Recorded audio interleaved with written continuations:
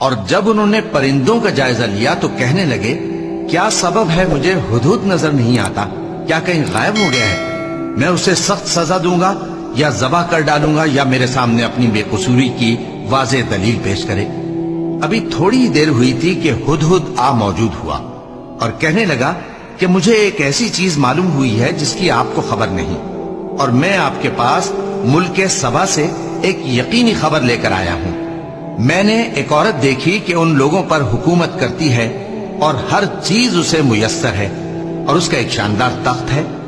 میں نے دیکھا کہ وہ اور اس کی قوم اللہ کو چھوڑ کر آفتاب کو سجدہ کرتے ہیں، اور شیطان نے ان کے اعمال انہیں آراستہ کر دکھائے ہیں اور ان کو رستے سے روک رکھا ہے، پس وہ رستے پر نہیں آتے اور نہیں سمجھتے ہیں کہ اللہ کو جو آسمانوں اور زمین میں چھپی چیزوں کو ظاہر کر دیتا اور تمہارے پوشیدہ اور ظاہر اعمال کو جانتا ہے، کیوں سجدہ نہ کریں؟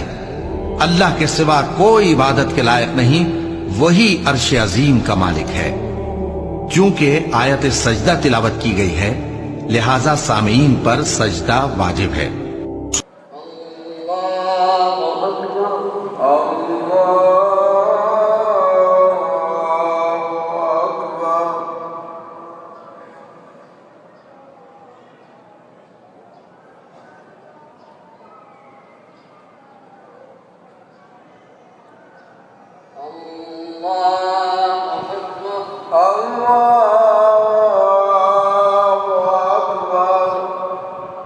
سلیمان نے کہا اچھا، ہم دیکھیں گے تو نے سچ کہا ہے یا تو جھوٹا ہے۔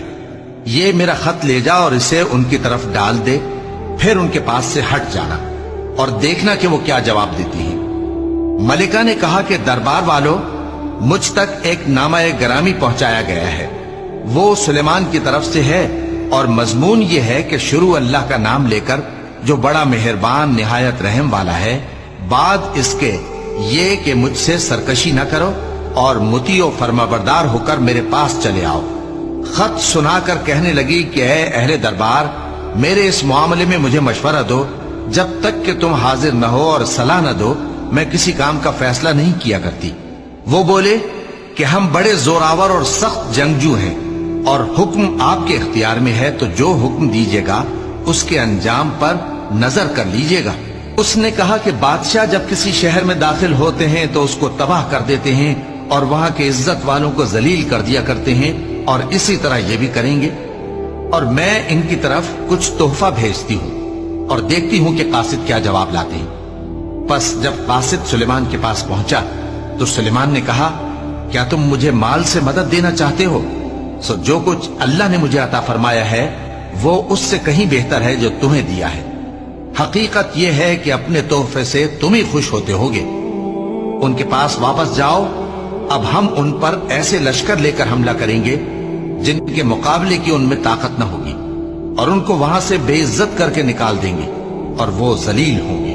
سلیمان نے کہا کہ اے دربار والو، کوئی تم میں ایسا ہے کہ قبل اس کے کہ وہ لوگ فرما بردار ہو کر ہمارے پاس آئیں، ملکہ کا تخت میرے پاس لے آئے؟